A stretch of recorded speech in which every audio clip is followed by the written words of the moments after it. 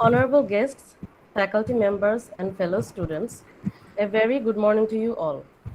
Welcome to the first graduate student seminar organized by the Department of English Humanities, ULAB. I am Neha Ghosh and I am a student myself. And I will be the host of today's program, which is a very special occasion for us. In today's program, 5 students selected by their course teachers will be presenting papers and projects they worked on in the spring semester.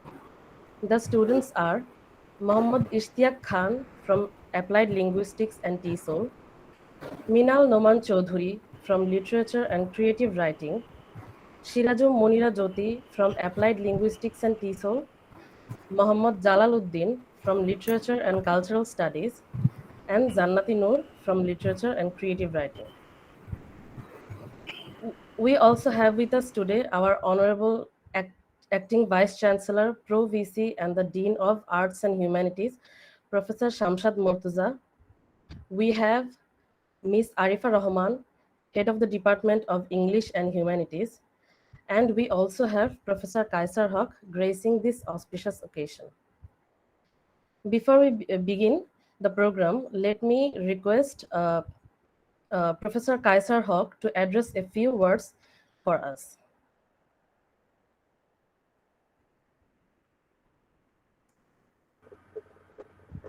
Distinguished colleagues, dear students, this is of course waste of time for me to say anything because we know what this event means.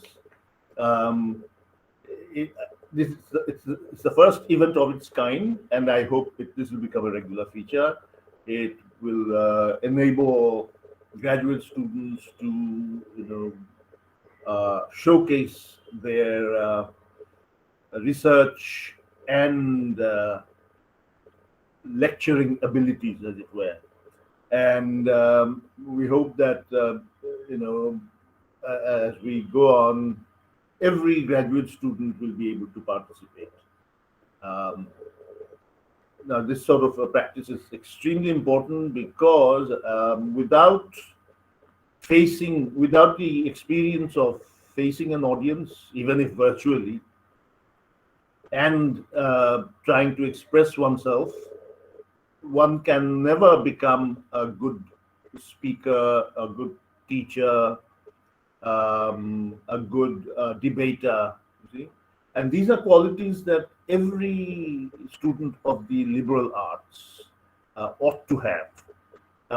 So, without further ado, let's begin the program. I'm sure Arifa will have something to say, to add rather, and I'm sure I will enjoy the performance of the students participating today.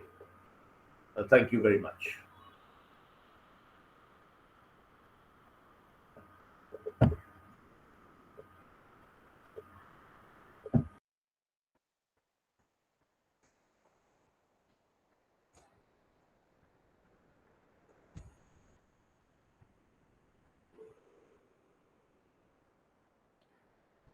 Now, without delay, let's then move on to our presentations. We have 5 presenters today. Each of the presenters will present for about 10 minutes. The Q&A session will be at the end of the program. If anyone has questions or concerns, I would request you to note it down. Our first presenter today is Mohammad Ishtiaq Khan, who is a student of Linguistics and TESOL track. He will be presenting on linguistic imperialism. Mohammad Ishtiaq Khan, over to you. Thank you. So I'm going to present my thing.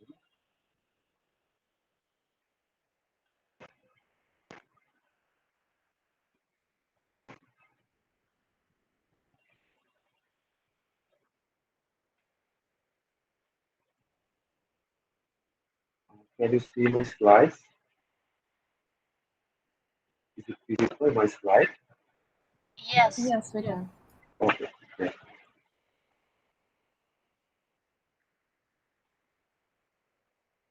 Good morning, everyone. This is Muhammad Ishtakhar. So, first, I convey my salam upon my honorable faculties and my dear fellow mates. Assalamu alaikum. Today, I'll be talking on linguistic imperialism. So, to know linguistic imperialism, you have to understand first what's imperialism. So, Yeah, linguistic, your voice is varying. Can you speak? I mean, I think there's a problem with your mic or something. I mean, some of your words are audible, but some are not.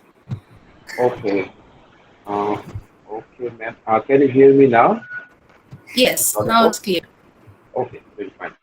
So I start with imperialism. So imperialism refers to the domination of powerful nations over the weaker nation, and it's basically on politically, economically, and socially. And it can be broken down in two parts. That's old imperialism and the new imperialism. So old imperialism starts at 1500, from 1500 to 1800, and it's mainly the European establishment of colonies in different regions of the world, like America, India, Asia, China.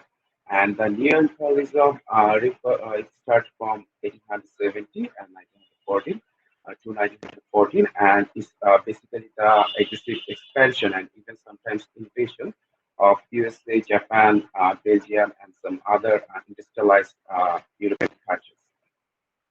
So, what was the reason behind the success of this powerful nation to over the domination in an unknown land? So, the advantage was that this powerful nation, they had stronger economy and government, and they had powerful armies and navies, and of course, they had super technology such as guns, the steam power, railroads, medical advancement, and oppressed colonies, they actually lack unity because of the variety of culture and language, and they had the low level of technology, and there was strife, evidence of ethnic strife among the tribes. So that is the reason that the powerful nation, they got the advantage. So finally, we can say that the imperialism is the policy, practice, and advocacy of extending the power and dominion of the nation, especially by direct territorial acquisitions or by gaining indirect control over the political or economic life of other areas. So I will move on to the positive and negative impacts of imperialism. So the positive side was the reduction of local warfare, and the powerful nation, they also had improved sanitation, hospitals, and education of their colonies, and also improved infrastructures like railroads, dams, etc. And but cons was that these colonies, the people from the colonies, they lost their land and their independence, and also new disease caused into their area. Also, they had to change their crop production habit. They had to change it to cash crop like cocoa, coffee, sugar, cotton, and which resulted in famine.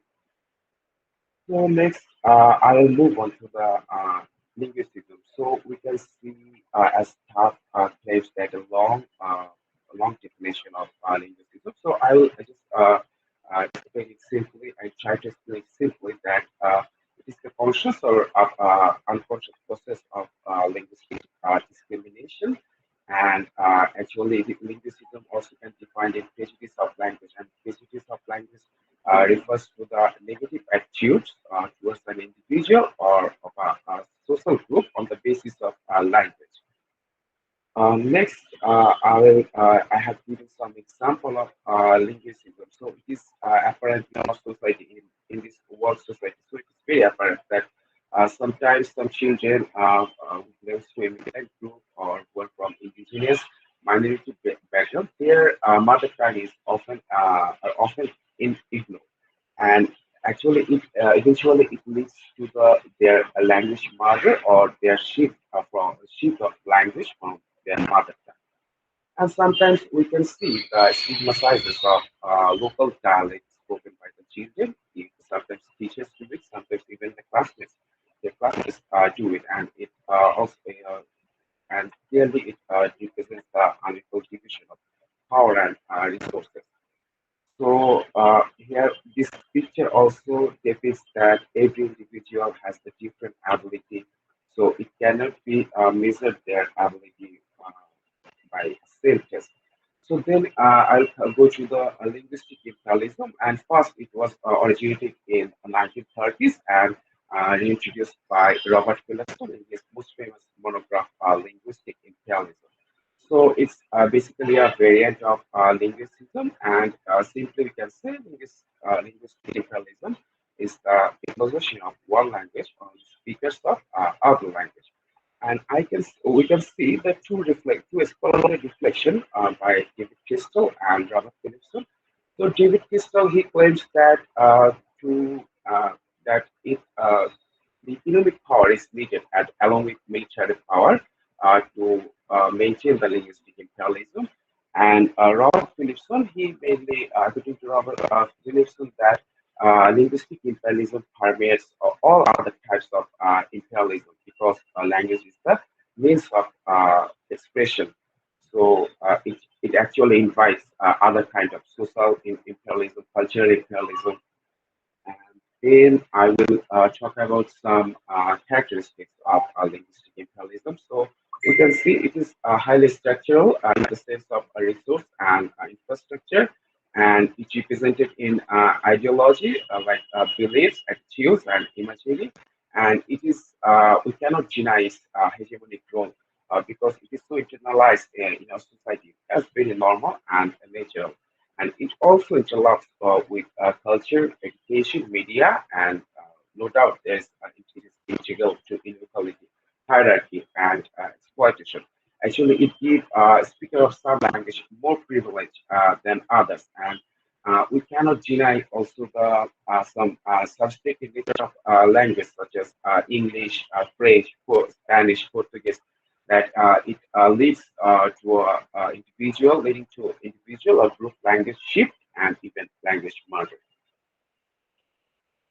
Then I will talk about imperialistic role of English language. So according to Philipson, 400 years ago, only 5 to 7 million people they used to speak in English, but it is now spoken by 350 million people in the world.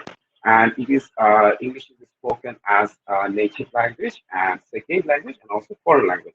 So I have given some, have accumulated some data, although it is not possible to we cannot actually accumulate all of the data of the uses of on the uses of English. So we can see here that international air control they use English, and three-fourths of academic journal are in English, and 85% of global international organization they use English as their official language, and those countries which English is as native, second, or foreign language, there one third of their newspaper is in English.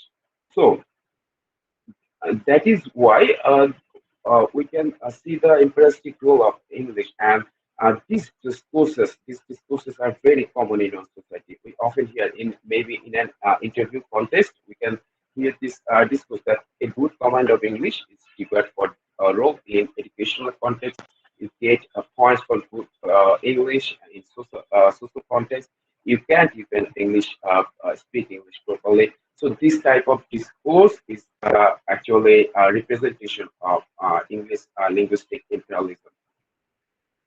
So this led to a evolution of a profession or business. So in 1934, there was a conference sponsored by Carnegie Foundation, and it was on the basis of it was the US UK collaboration conference happened in New York, and they reached on an agreement on the goal of spreading English as a world language on the basis of US collaboration, and this led to the creation of departments of applied linguistics, ELT, TESOL, and it also enables another industry, the industry of language testing, to prove the actually the proof of the efficiency of English.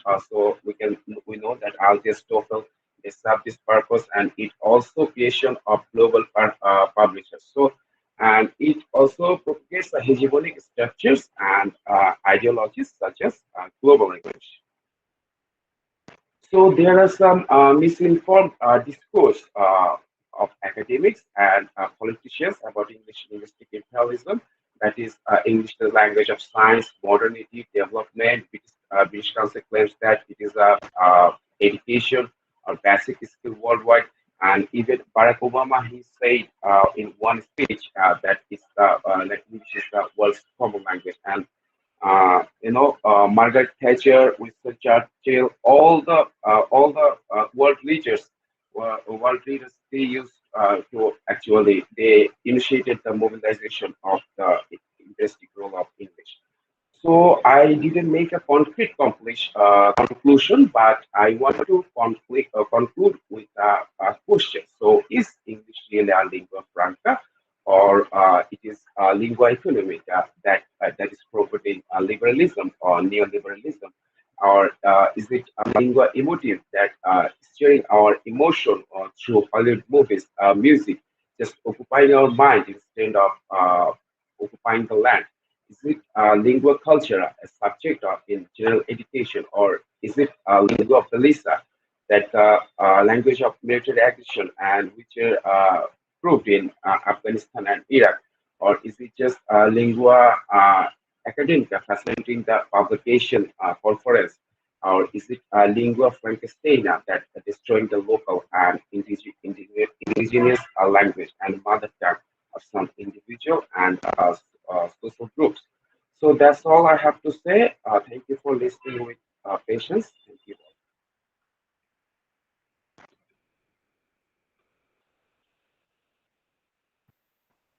Thank Hello. you, Ishtiaq Khan. Yes.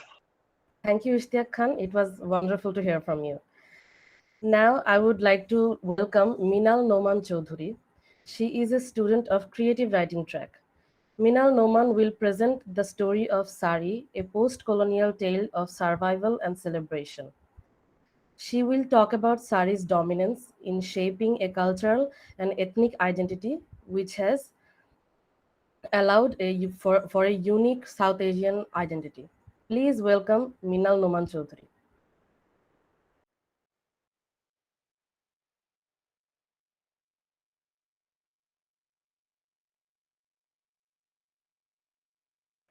Hello, everyone.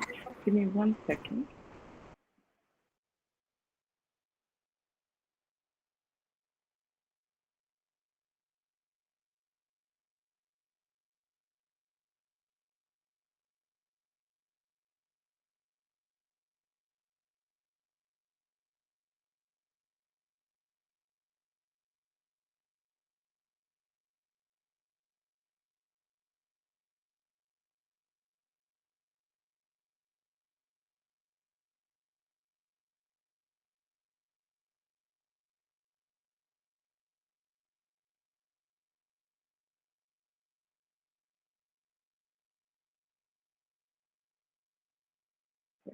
Sorry, can you see my screen? Yes, we can.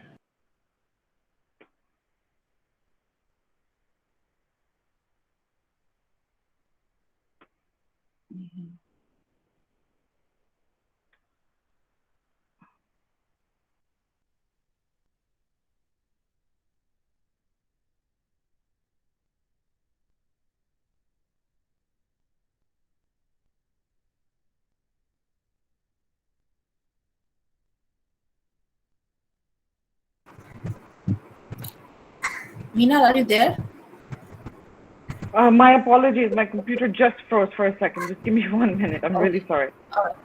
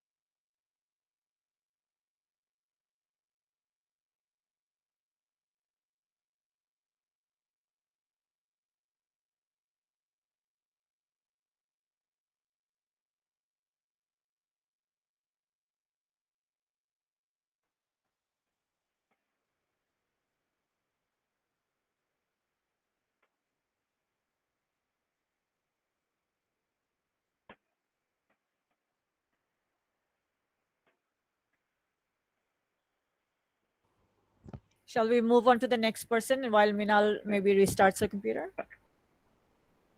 Hi, can you see? Yeah, okay, you're back.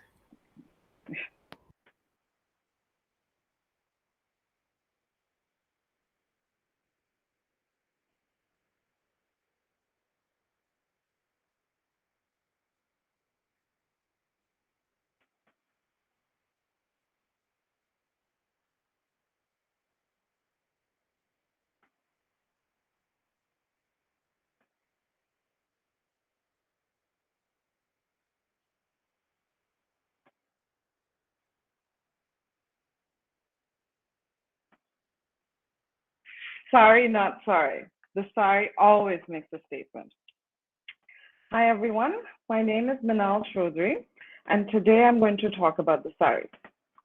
It's an ancient garment, but why is it significant in 2021?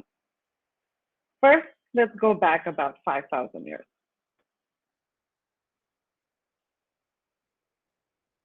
The sari was first mentioned in the ancient saga, the Mahabharata, when Draupadi was described as having a never-ending sari. The sari was also depicted in the Ajanta cave murals. The murals do depict class and caste differences. Some of the queens were depicted wearing an upper garment covering the breast, but maids or lower class or caste women were depicted with bare chests. But we'll get to that in just a second. In the 1550s, the Mughals brought with them with the art of fine embroidery, notably the Zardozi, and it caused a sensation in India. This is not a sari, but an example of the intricate Zardozi work bequeathed by the Mughals. However, despite the Mughal invasion, the spread of Islam, and the new outfits such as the origin of the Salwar Kameez, the demand for the sari remained a constant, although the demand was now for a bit more for a more bedazzled version. The second territorial revolution came after the Mughals, and it was with the British. As you can see, women in India wore their saris according to their regions.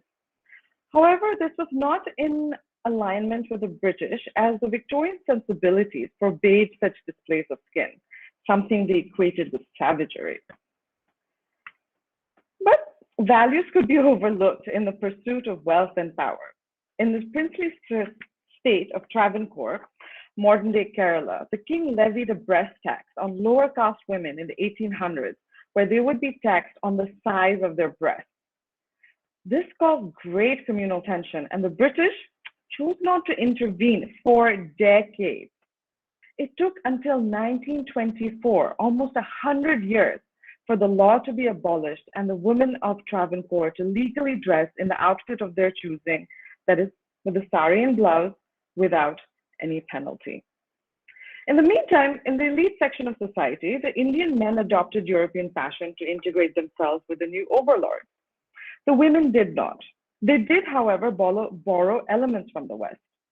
The Parsi women were the first to incorporate embroidered jackets, Victorian-style lace bodices, and petticoats to accompany their Gara saris. This style of dressing inspired Gyanoda Nandini Devi in the 1860s and 70s to create the Nivvi drape. The drape is the perfect marriage of Indian tradition and British aesthetics. This created a sensation among the elite. The Maharanis and Rajkumaris adopted the style and this drape continues to be the standard drape worn even today. An additional credit to these fashion icons is that they wore the sari even while abroad. These ladies were able to style their look to the contemporary fashions of the time. So the sari always looked trendy, and because of the ladies' rank and wealth, the saris enjoyed haute couture status. Another interesting aspect of the Nivvi drape was that the end of the sari, or the achol, went over the left shoulder, and thus the right arm was unencumbered. This was very significant because the women's movement was gaining traction in India. Therefore, one needed their arm to be unrestrained. Progressive women at the time were fighting to come out of the zanani or parda, and the Nivri sari drape became synonymous with the image of the modern Indian woman. People like Begum Rokeya and Mithan Lam gained prominence as a champion for inclusion and equality in India. During the Swadeshi movement for independence, the Khadi sari took center stage and became the symbol of colonial resistance. Now, post 1947, the sari continued to be the main garment of choice for women all across the subcontinent. In the newly formed nation of Pakistan, notable women such as Mrs. Nusrat Bhutto and Begum Nur Jahan continued to wear saris until the state prohibited sari wearing for government employees in the 1970s during General Zia's reign to cement an Islamic identity in Pakistan. This led to a massive decline in popularity of the sari, but interestingly enough, it is now enjoying a revival today. Fashion influencers such as Meena Manik Hussain and poets such as Monik Mehla are part of the sari revival in Pakistan.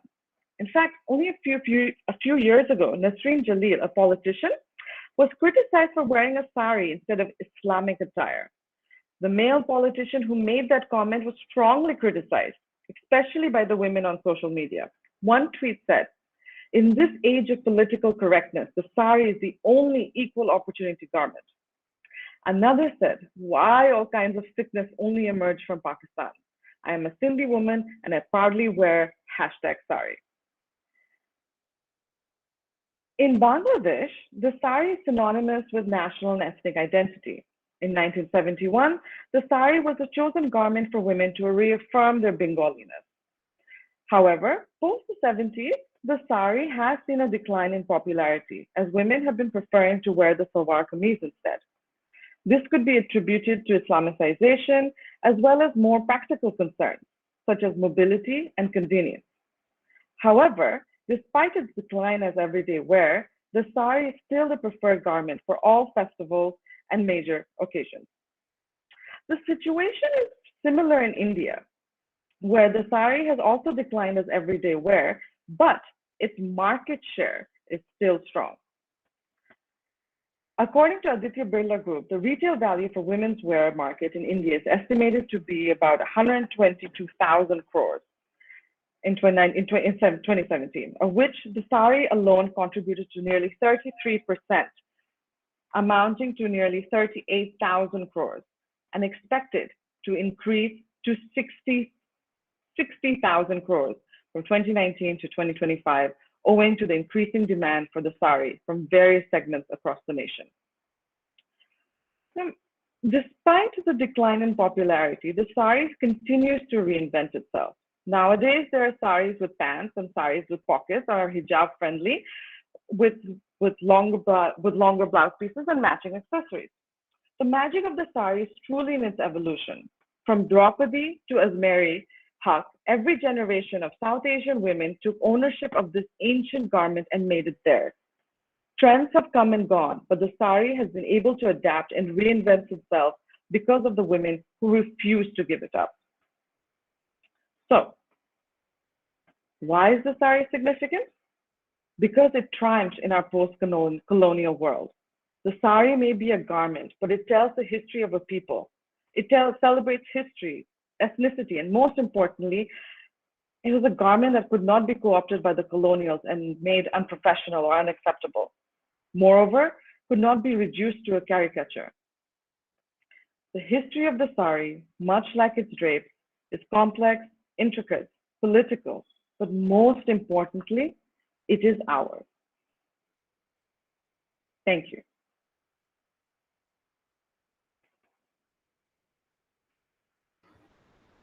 Thank you, Minal, for your enlightening presentation. Our next presenter is Shiraju Monira Jyoti. She is in the linguistic track and her topic of presentation is based on her World Englishes paper titled World Englishes in Periphery Classrooms, Reflections on Suresh Kanagaraja's Concerns. Over to you, Jyoti. Thank you, Minalapu. Thank you, Mihapu. So, hello everyone. This is Siraju Munira Jyoti from batch 211. Today I'll be presenting my final term paper from the course World Englishes, which is titled as World Englishes in Periphery Classrooms, Reflection on Suresh Kanagaraja's Concerns. And I'm intending to work further in this issue. While doing this course and working with Teach for Bangladesh at the same time, a question came to my mind. Does the adoption of teaching methodologies and pedagogical paradigms developed in the context of the West be suitable for the learners of every context? What I mean here is that I'll be working with underprivileged children, and thus, in their local context, according to their diverse needs, I need to figure out how I can make the English language learning process more effective for them. To work further on my query, my course teacher suggested me to read Suresh Kanagaraja and reflect on one of his written chapters titled Globalization Methods and Practice in Periphery Classrooms, so that I can find out some effective approaches which I can apply while teaching my learners. Moreover, I can work further on this topic with appropriate data collected from my own teaching experience. Next, so what does the chapter refer to? It discusses about the worry expressed by the language teachers and applied linguists of third world communities regarding the adoption of teaching methodologies and pedagogical paradigms developed in the context of the West. The cultural relevance and appropriateness of these methods for local communities have been questioned here. Suresh proposes a kind of teaching practice where teachers will first think of the students and the contextual realities before adopting a suitable pedagogical practice. Next, language teaching in peripheral communities. The global village is still stratified unequally according to differences in power and material resources. Just as the technologically and economically developed nations of the West or Center hold an unfair monopoly over less developed or peripheral communities in industrial products, similar relations characterize the marketing of language teaching methods. Many teachers on the periphery communities believe that the approaches promoted by center applied linguistic circles through textbooks, research journals, teacher training programs, and professional organizations are the most effective, efficient, and authoritative for their objectives. Next, center methods may make an assault on alternative styles of thinking, learning, and interacting preferred by other communities. They may limit critical thinking and impose homogeneous values or practices. Widdowson sums up the expectations of center pedagogical activities still now in periphery context as holding that somehow it is the local conditions that have to be adjusted to the packaged set of concepts we bring with us rather than attempt to look into the real issues, practical as well as ideological, of implementation and innovation within those contexts, which refers to the tendency of adjusting with the pedagogical activities promoted by the center or the West rather than looking into the local context. Next, Adrian Halliday and Martha Pennington attempted to come up with models that explain the possibility of introducing new methods in culturally diverse contexts, remarkably interactive and dialectical, open to negotiating with periphery cultures for appropriate adaptation. Halliday initially announces a preference for adopting an empirical approach by first observing the context and then developing pedagogies in response to ground realities. Then he posits a model that already starts with a method that requires adaptation. Halliday explores ways of evolving methods that are relevant to and effective in periphery contexts. While Pennington's principal focus is in explaining the processes by which teachers integrate new methods, she admits that the pedagogy will be internalized in accordance with methods and practice in periphery classrooms with the constraints teachers experience from the context, such as student motivation, cultural influence, availability of facilities, and so on. Both scholars choose process-oriented language teaching methods for implementation that requires questioning here. Some scholars have pointed out that there is an active resistance to process-oriented approaches in some of their communities. An argument goes around between process-oriented method and product-oriented method, in which some challenge the assumption that process-oriented methods always ensure effective language acquisition and product-oriented methods may serve no useful pedagogical functions in certain communities, while on the other hand, Mocheri and some other note that in the context of limited material facilities in many African communities, the product-oriented approaches work better. They don't have the time, resources, or materials to prepare tasks for an inductive learning approach. They would rather introduce the grammar rules in a teacher-led pedagogy and allow students to practice them instead. It shows the immense complexity of the social, cultural, and historical context that can mediate the use of method in the language classroom.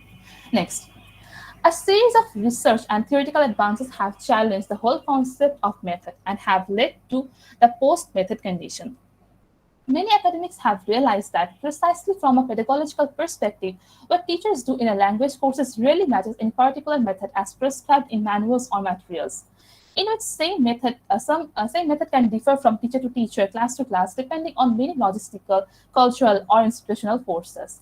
It has been observed that classroom knowledge is rarely aligned to any recognizable methods, and even when teachers start with a specific method in mind, they're influenced by classroom contingencies to introduce radical changes as they teach. Thus, a situation arises that requires teachers to abandon predefined or prepackaged methods in favor of devising pedagogical strategies to suit their individual classroom situations.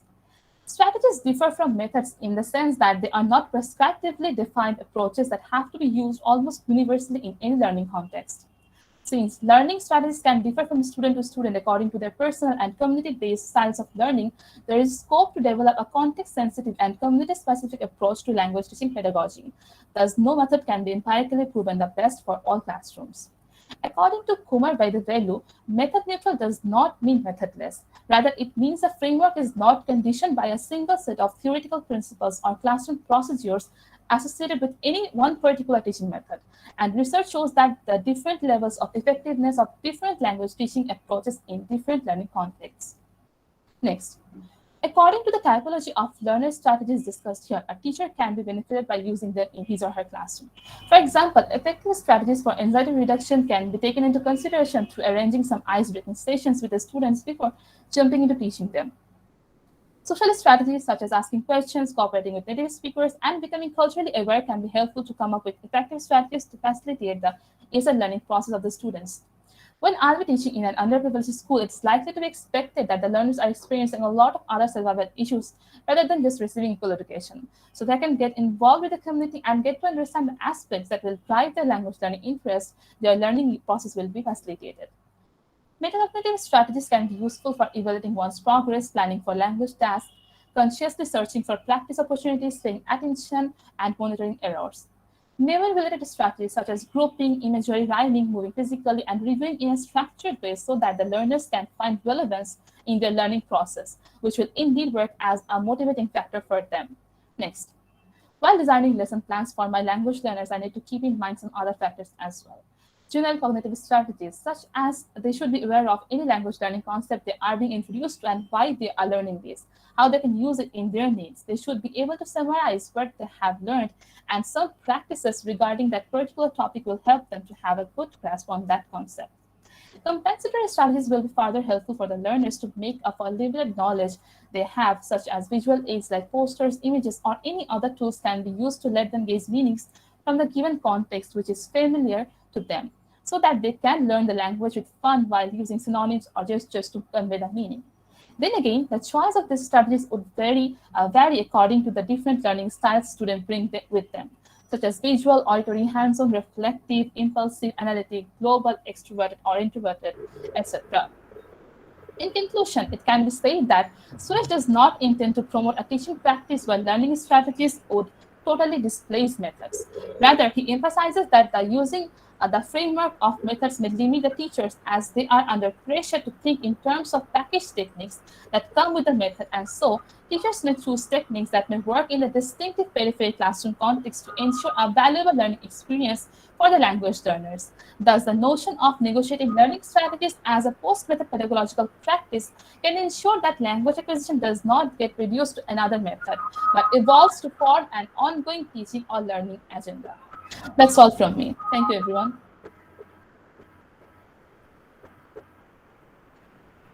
Thank you, Jyoti, for your wonderful performance. Next is Mohammad Jalaluddin, a student of Literature and Cultural Studies. From the 1990s onwards, transnationalism has brought a paradigm shift that resulted in disintegration of conventional conceptual boundaries in literature. In this presentation, Jalal will briefly highlight transnational turn in literature and then move on to show how a literary historical trajectory has changed over the years from traditional national literature to Goeth's concept of world literature to transnational literature. Please continue, Mohammad Jalaluddin.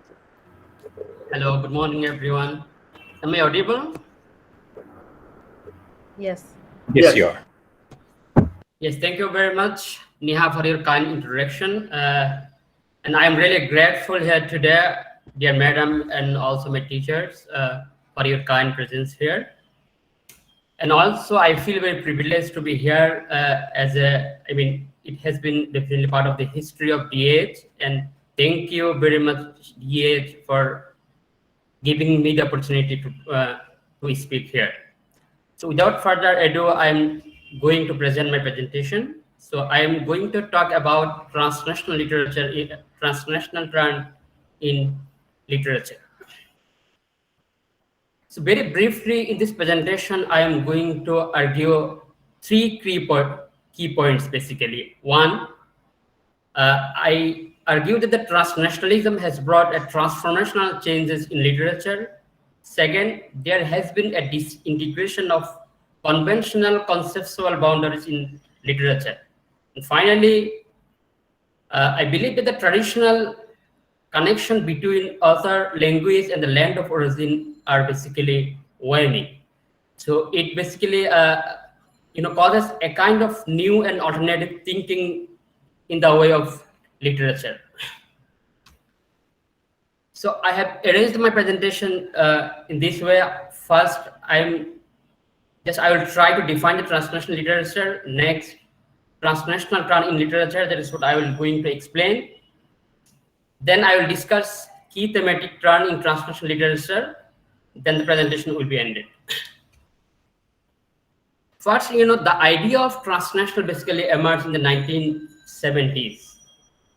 So roughly, we try to define the transnational literature. It basically generally defines literature that implicitly or explicitly transcend the nation state or a national language. So it basically argues that the national identity is not competitive anymore, or it does not follow, a kind of essentialism. Rather, it promotes equality and emphasizes differences. So in this regard, conceptually, what I find very convincing definition given by Ms. Iowa Ong, renowned anthropologist based in California University in United States. She tries to define transnational literature as the condition of cultural connectedness and mobility across species, which has intensified under the late capitalism.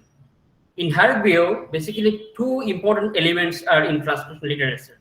One, it is transnational literature must accommodate cultural connectedness, and the second element is it should be mobility across the spaces. So then, if we just try to figure out, what are the basic trends that we observe in the way, in the genesis of transnational literature. First, as we know, there was, a kind of national literature. So I'm going to argue that there was a limitation of national literature as argued by other scholars. For example, conventional fiction addressed national, local, small issues, and basically it was largely centered on the individual issues. So that was not enough. And then in 1847, German national poet Johann Wolfgang von Goethe, he basically argued national literature means little now. Now means on that time. And also he also argued on that time the age of Weltliterature, which is very German word, it means world literature has begun. It means national literature was not enough on that time. So the idea of world literature was a kind of in emergence. Then we find that the idea of comparative literature. But I think comparative literature is also a kind of exercise of national literature. Just let me give you an example. If we compare our Jivananda Das with the American romantic poet Ralph Waldo Emerson, that also implies that we are just comparing two celebrated national literature. So again, it comes the idea of national literature, but that was not enough in our time. Then we say we found that there are transnational literature. From the basically in 1990s, the idea of cultural globalization has inspired a renowned scholarly interest in the way of the idea of literature. So then comes the transnational literature. it was basically a kind of paradigm shift from the nation state to a transnational view of literature. Transnational literature basically, it go beyond the binary opposition. For example, national state, idea of nationalism, or the concept of national, foreign, local, and the global. In the transnational literature, these are basically diluted. There is a kind of transnational space, transnational idea that also literature reflects.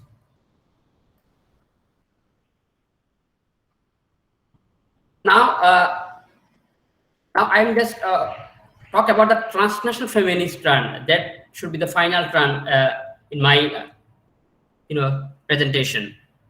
So the emergence of feminism, and also feminist scholars argued that the women issues are not only limited or confined to the individual or national spaces, because the experiences more or less or in large extent similar, for example, African women to Middle East women to South Asian women.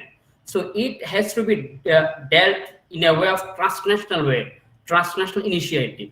Then the advent of transnational feminist alliances and also affiliative growth and transnational linkage among the feminists, in terms of epistemic community, or also in terms of those who are advocate for women rights and ideas. So this has also exacerbated the idea of transnational literature. Now I am going to discuss some thematic trends that we find in transnational literature. First, the idea of disentanglement. It means then the idea of whom as a nation is no longer applicable. It has basically come as the idea of transnational space and hybrid identities. Just let me give you an example. Afghan American writer and also author of the famous book The Kite Runner. Khaled Hosseini was born and raised in Kabul, and he left Afghanistan when he was 15 years old. It was basically in 1976, and he has become the national of United States. So hypothetically speaking, now I just ask Hosseini whether Kabul is his home or California, where right now he lives. So I think it will be a difficult question to him, because the idea of home is not like a very fixed idea. So in the transnational space, there is a disentanglement of the idea of home. There is no as a national identity or national boundary. Then the second thematic term that I think important is the concept of contact zone. Transnational literature highly emphasized on the notion of contact zone.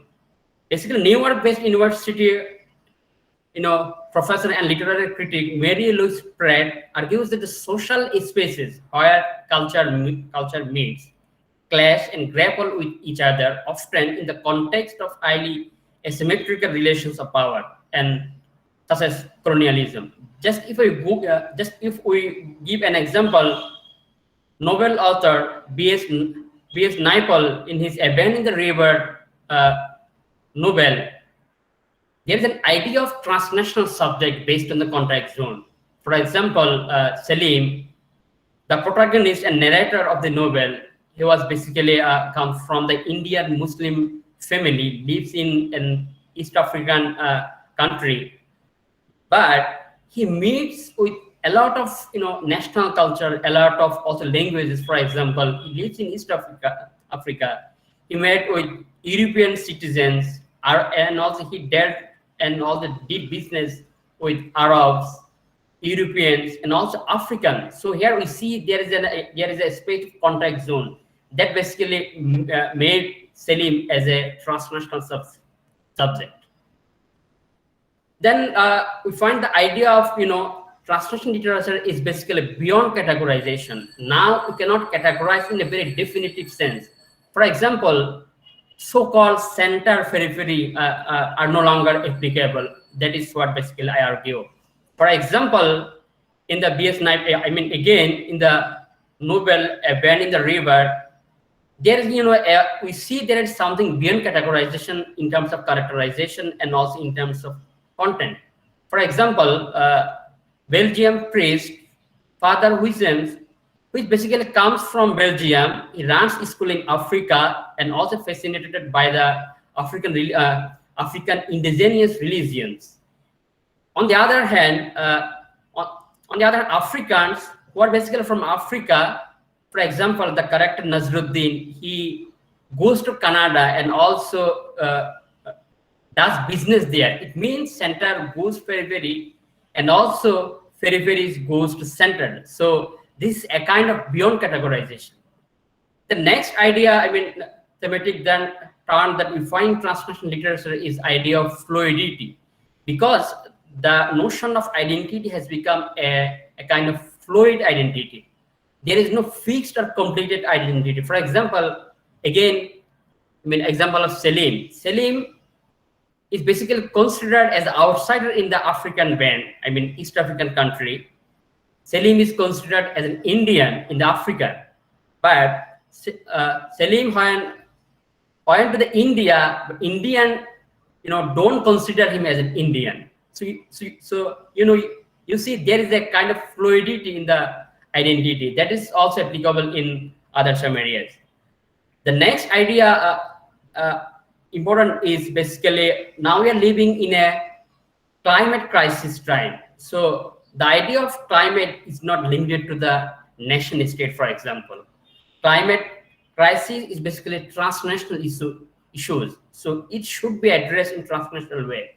For example, Amitabh Ghosh in his The Great Derangement, the climate change and also the unthinkable, he argues that the conventional fiction is not adequate for us to deal with climate crisis. Climate crisis is a transnational issue, so that should be dealt in transnational way. For that, he argues that climate crisis is a kind of crisis of culture and also imagination. So we need a climate fiction that basically is suited to the address climate crisis in transnational way. And the last thematic term that I want to highlight is, transnational crime. In our age, we see a crime is not, limited to the nation or individual itself. So there is an organized network that basically crime itself, has been a sort of network of transnational actors, for example, individual, state, non-state actors, and also other factors.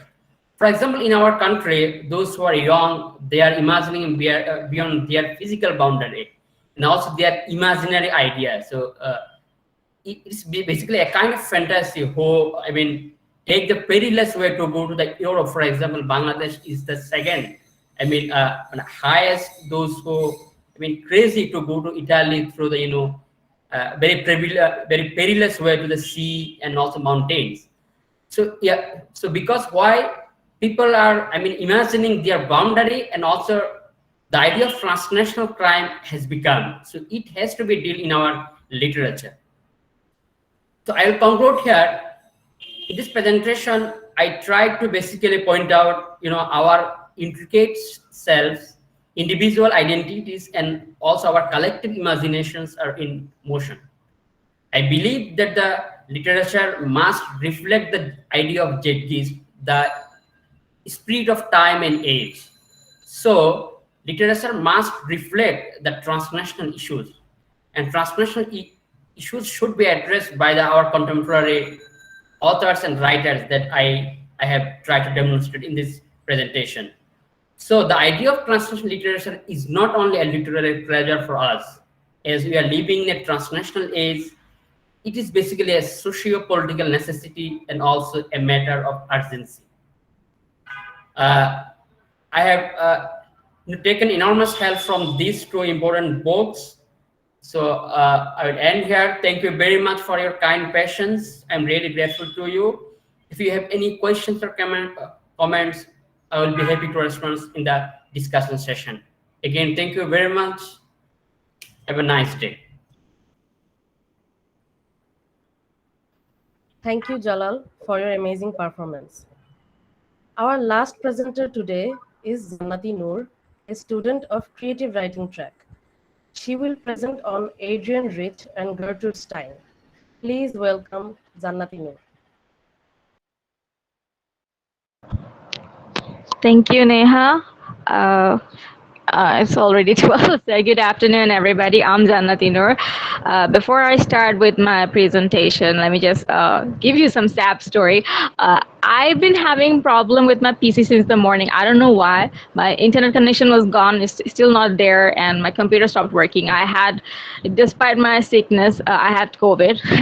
Unfortunately, despite my sickness, I prepared a beautiful slides, and unfortunately I could not do it, but as the show must go on. So I presented this presentation on poetry according to poets.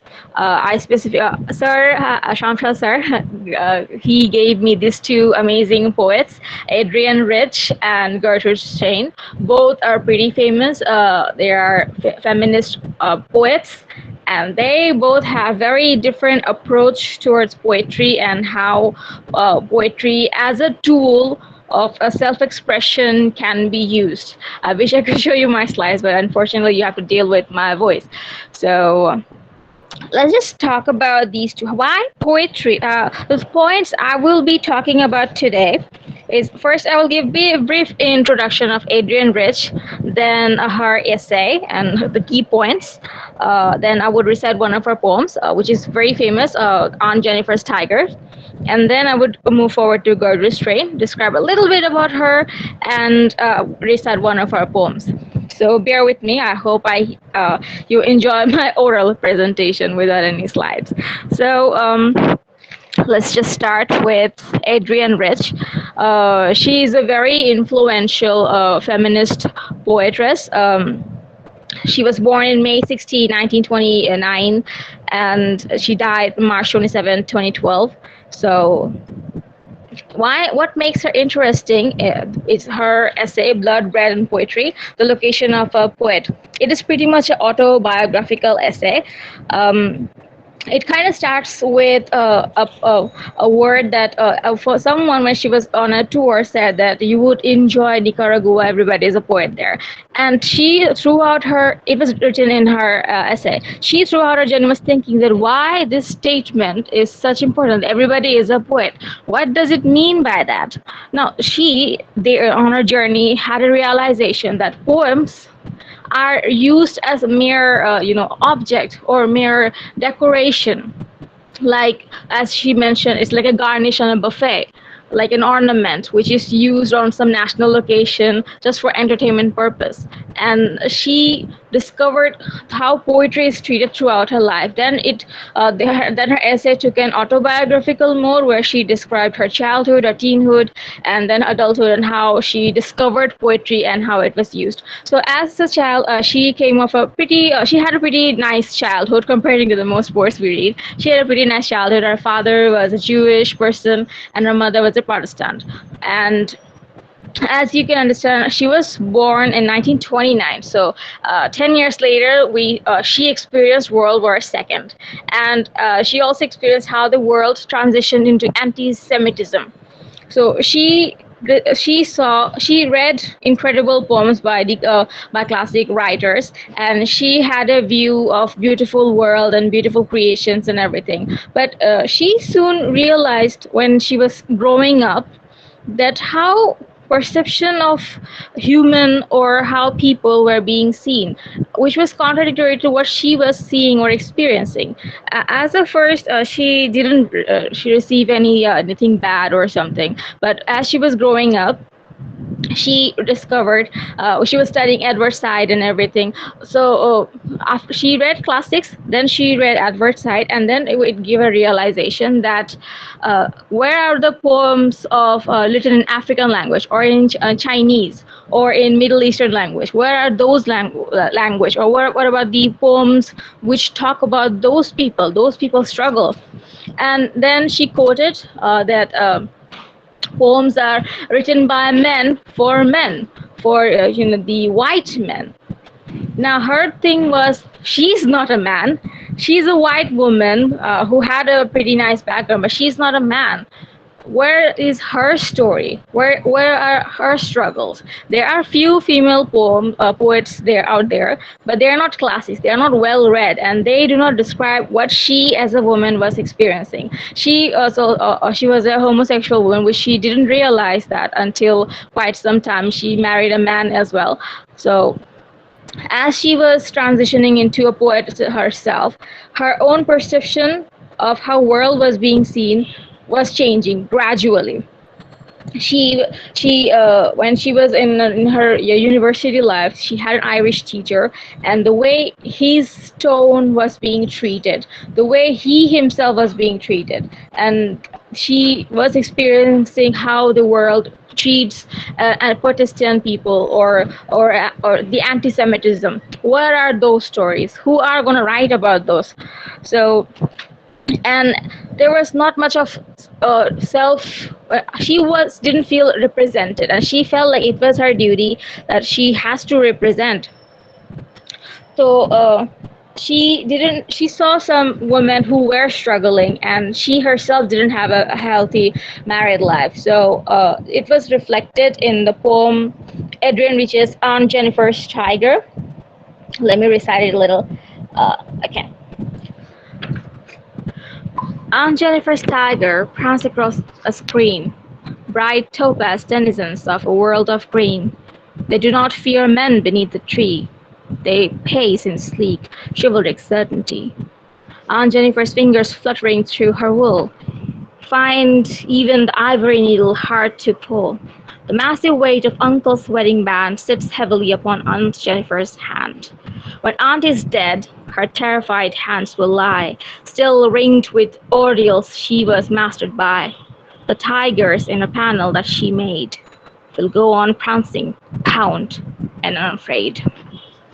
Now, this poem is pretty worldwide recognized because it talks about a woman who had been suffering, the male dominance, or living in a male dominated world where she was dealing with a marriage which was not healthy, but she is slowly emerging. She is weaving or crocheting a tiger, so maybe it was she was giving hints that the future generation, or because usually what we see, the women who are weaving or something, they're mostly preparing their child, they make sweaters and everything. So she was nurturing, I'm just giving what I believe or what she meant with the poem, that she was nurturing a tiger, and the future ones that would come, they would be unafraid. They would prance, they would attack, they would not quietly just handle everything. Like, she will die but her wedding ring will stay, but the tiger she's nurturing, with weaving and everything, it is gonna prance. It is unafraid. It is not afraid of what would try to attack her. So now I would move forward to the other poet, Gertrude Strain. She is a very interesting character. I first found her in Midnight in Paris. There's a very beautiful movie. Do check it out. So before I go to her essay, let me just give you a little bit insight. She was a pretty experimental poetress. Experimental in a sense that she loved to experiment. She loved playing with people's mind. She was a larger than life persona. She collected art, and she let me drink some water. Okay. She collected art, and she's pretty famous for her salon at 27 Rue de Forest, which is 27 Rue de Fleurs. And why she's so interesting is she, in her writing, try to not manipulate, actually. She likes playing with people's mind. At one glance, if you read her essay, even you read some lines of the essay, you might get what the hell I'm reading. But she loves playing with people's mind, because doing so, she kind of see what people are going to reflect. That is her persona. So Gertrude Strain, she was born in 1874 and 1946. She is also a feminist writer. She was pretty, she was, her writing had the avant-garde approach. She loved collecting paintings, and she lived a pretty larger than life she had this larger than life persona, and she was pretty influential even when she was alive. She and her brother, after some time, moved to Paris, and there she met her partner. She is also a homosexual lady, and she was never unlike Rich. She didn't have that kind of confusion with what she is or how she is. Sorry. So what she in her essay tried to say was her essay had she described that how poems should be like. Her poems are written in a manner that deserves to be read. You have to read it out loud to understand or what she's trying to say. There are halting points. So how she pauses, how she makes a move, how she uses one another word, these are important elements. Like she says that difference is the having difference is the most frequently arriving feature in anyone's life or anyone's poems. Everything you experience in life should be in your poems. Pardon me. Side effect of COVID. So everything you experience in life, it should be in your composition. So in her essay, composition as explanation. Uh, usually she also had same similar approach in her essay as Adrian Rich has mentioned, that poems are treated as if it is some sort of decoration piece which is only recited in a national occasion or any occasion. But poems deserve to be it can be used as an explanation, explanation of human life, human experience, what you are seeing in your life. You have to express that. It can be an everyday life thing, and her poems demand to be treated like that. As I said, she did study psychology a little bit, so she observed people and her life, and she used that in her poem. But her poems are not typical, how deeply conceived writings. Hers are not that. So let me just give you a recitation. Before that, when she wrote it, she was as I said, she was pretty influential in her life. Many authors or artists like Pablo Picasso, Ernest Hemingway, they would go to her and ask for her opinion, because she had a very vast knowledge of paintings, novels, poems. And they will be like, how you go to a senior bhaiya or apu and say that, can you read it? I wrote it. Tell me how it is. Something like that. So she was that kind of figure to these authors or these painters. So Pablo Picasso said that he would paint a picture of her, and he did, and it didn't look anything like her. So he said that it's just the way he sees her. He painted that. Now, in this poem, I told him a complete portrait of Picasso is a very cheeky reply to what she thinks of him or the French history. So bear with me. It is a very tricky poem. I told him, would he like it? Would he like it if I told him? Would he like it? Napoleon would he like it? If I told him, if Napoleon, would he like it if I told him, if Napoleon? Would he like it if Napoleon, if I told him? If I told him, if Napoleon, would he like if Napoleon, if I told him? If I told him, if Napoleon, if I told him? If I told him, would he like it? Would he like it if I told him? Now, not now, and now, now, exactly as kings, feeling full for it, execute as kings. So to be beseech you as full as for it, exactly, or as kings. Shutters shut and open, so do queens. Shutters shut and so shutters shut, and shutters and so shutters, and so shutters shut, and so shutters shut, and shutters and so. And so shutters shut, and so and also, and also and so and so and also. Exact resemblance to exact resemblance, the exact resemblance as exact resemblance, exactly as resembling, exactly as resembling, exactly in resemblance, exactly and resemblance. For this is so, because not actively repeat at all, now actively repeat at all, now actively repeat at all. Have a hold on here, actively repeat at all. I judge, judge. As resemblance to him, who comes first? Napoleon the First.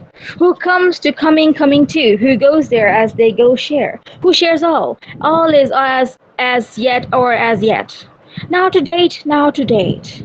Now and date the date. Who comes first? Napoleon at first. Who came first? Napoleon the First. Who came first? Napoleon first? Presently. Exactly do they do. First exactly, exactly do they do. First exactly and first exactly. Exactly do they do. And first exactly and do they do. At first exactly and first exactly do they do. The first exactly and do they do. The first exactly at first exactly. First as exactly. First as exactly. Presently as presently. He, and he, and he.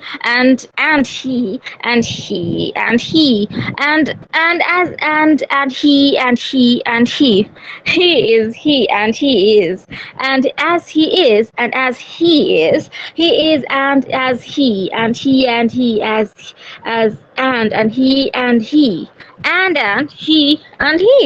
Can calls Rob, can calls quotable, as presently, as extitude, as trains, presently, presently, as presently. Farther and whether. What was there? There.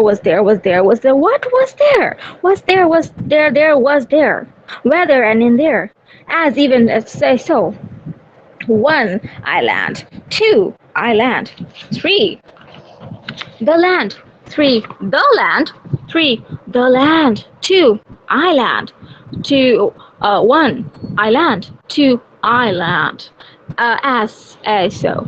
They cannot note. They cannot afloat. They cannot. They dote. They cannot, as they denote. Miracles play fairly well, as or as presently. Let me recite what history teaches. History teaches.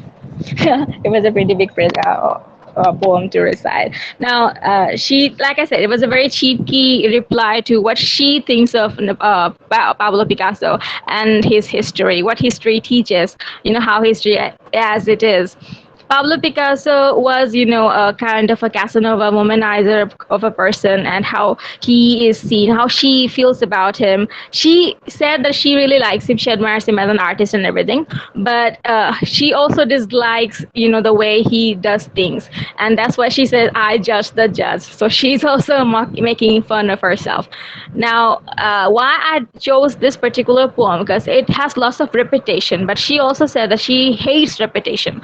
So the way it is written, I hope you notice that I changed the tone as I was reciting. So basing on the tone, how it is said, each tone is different from the other one. So everything is different, but everything is the same, and everything has to start from where it ended. So going back to something which you start is not a bad thing. It is an essential thing, according to her. So as you see, both were Adrian Rich and Gertrude Strain. Both came from Jewish family. Both lived almost the same time frame, and both were feminists and lesbians. But their experiences and the way they approach poetry is kind of a different. So yeah, that is my presentation. Thank you very much. Thank you for bearing with me.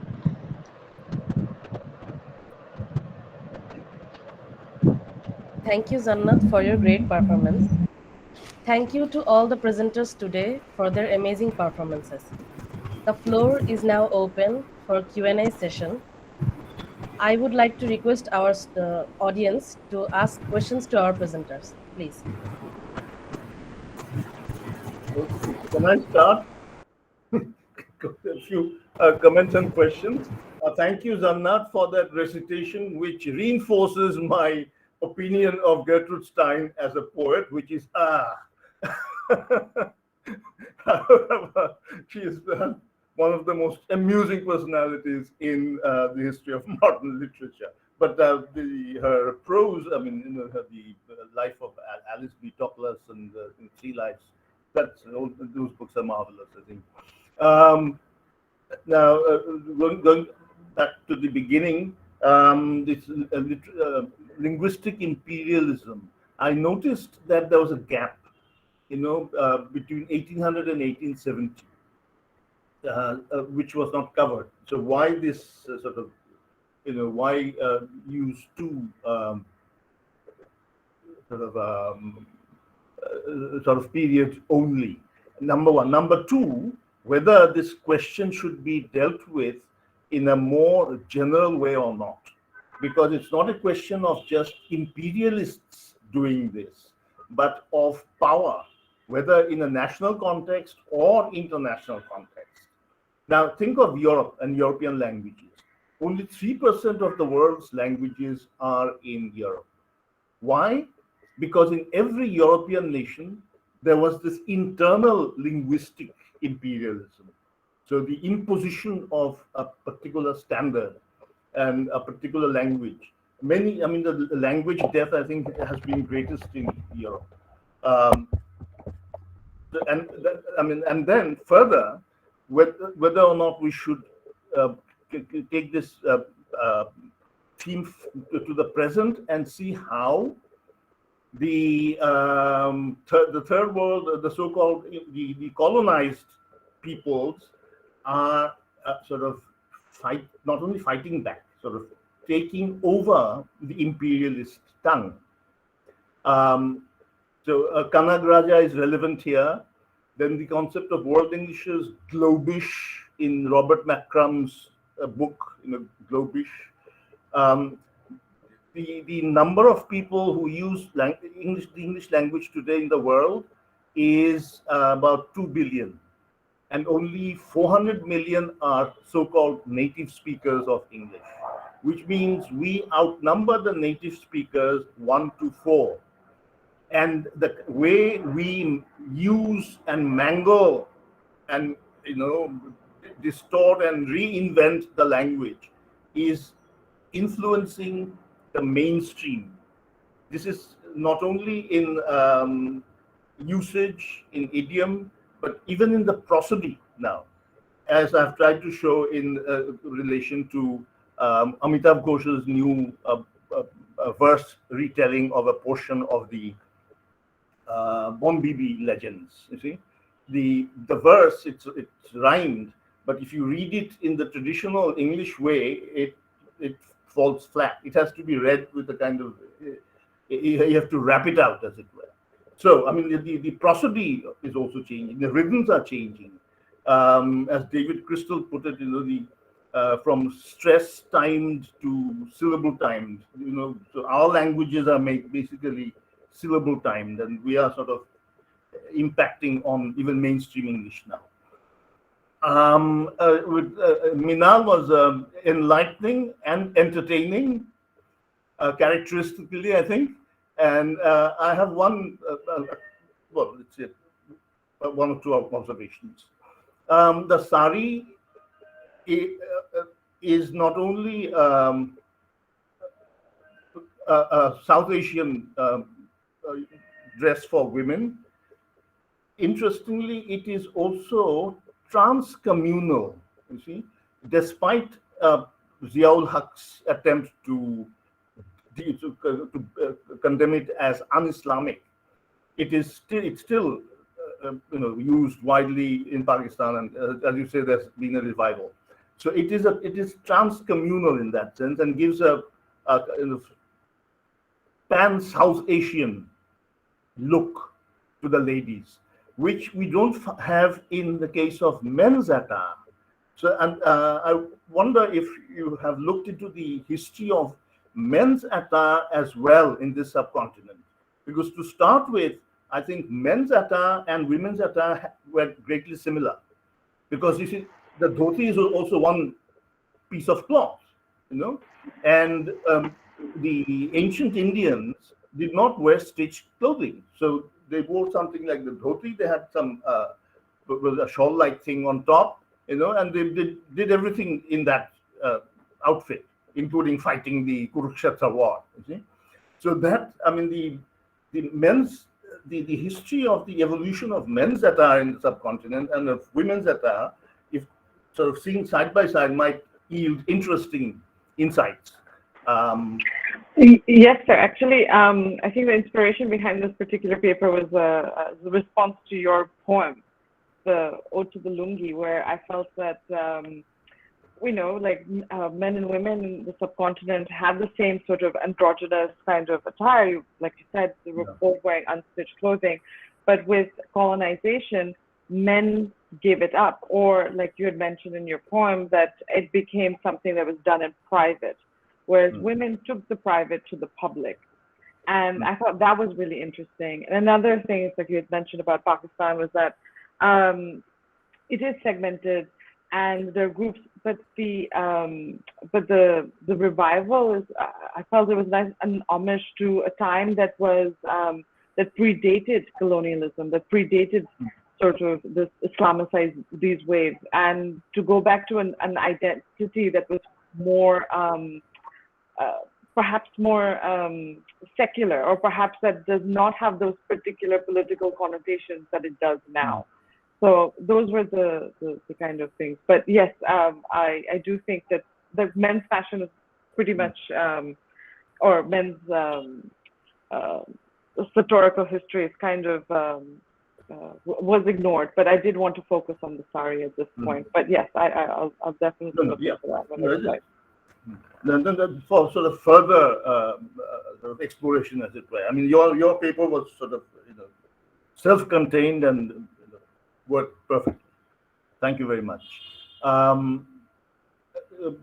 The Shirajum Munira, who spoke on Kanagaraja, I would advise you to watch some of Kanagaraja's lectures on YouTube and slow down your presentation, because there was a tremendous information overload. You see, you tried to say everything that you put down in your dissertation, I suspect. So the art of sort of lecturing, I think this is something that we should include in our curriculum. And in fact, if you look at the history of liberal arts, I mean, what did the sophists do? You see, in ancient Greece, I mean, the sophists, they tried to teach young people how to speak well and argue, So the whole idea of rhetoric, you see, it's something that applies primarily to the spoken word, to the way we present our ideas, to the way we argue and debate. And this has all been, down the centuries, this has been a very important aspect of social and political life. I mean, think of the great orators whom we still remember. So among the great writers, many of them were actually, their speeches have become literature. So I think this is an aspect of liberal arts that we should gradually incorporate into the curriculum, so that our students, when they go out, they can face any situation and deal with any subject, and express themselves in a cogent, coherent, and sort of enlightening and entertaining manner. Who else was there? Jannat, thank you very much for your two poets, presenting the two poets. I think that's about it. Thanks very much. I've enjoyed myself immensely.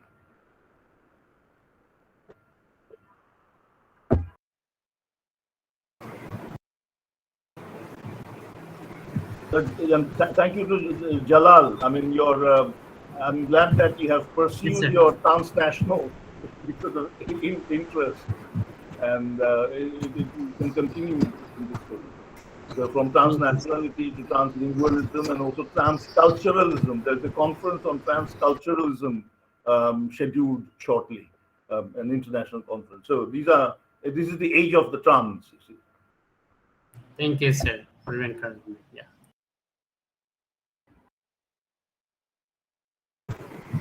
Any other comments, questions?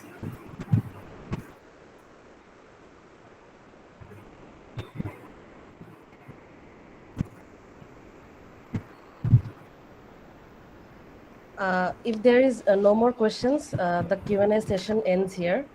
Now, I would like to request our dear Miss Arifa Rahman, the head of the DEH, to say a few words to us and give the concluding remarks. Thank you. Thank you so much, Neha. This was a really, truly rewarding experience.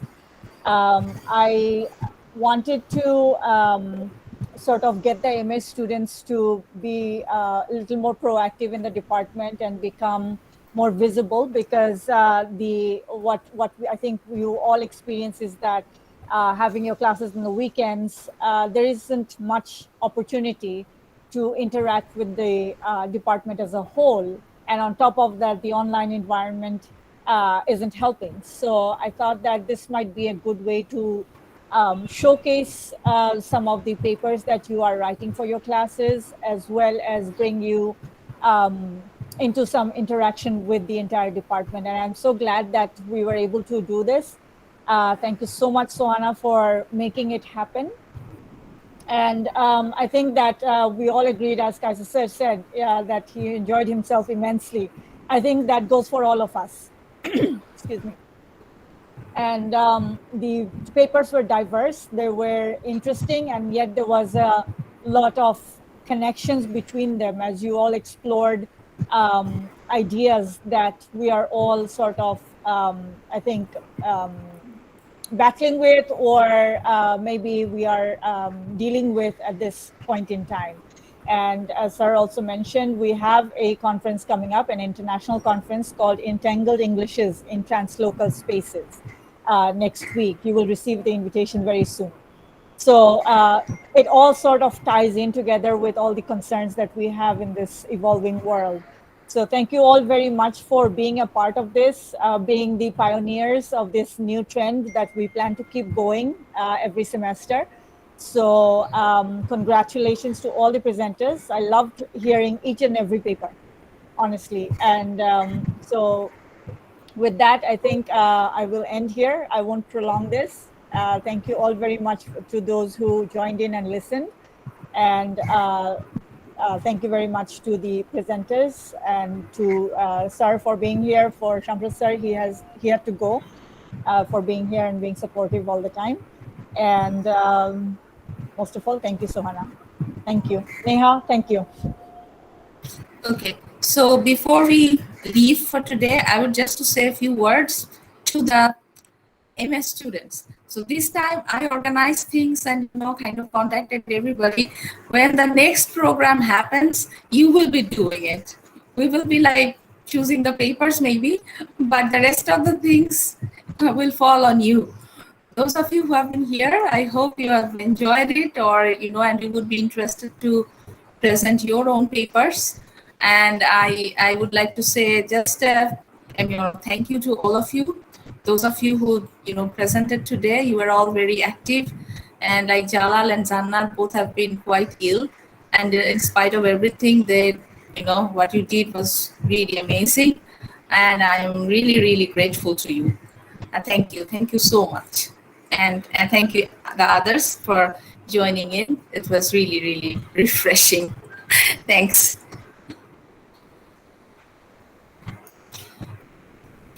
Okay. Thank you, everybody. Have a good Okay. rest of the day.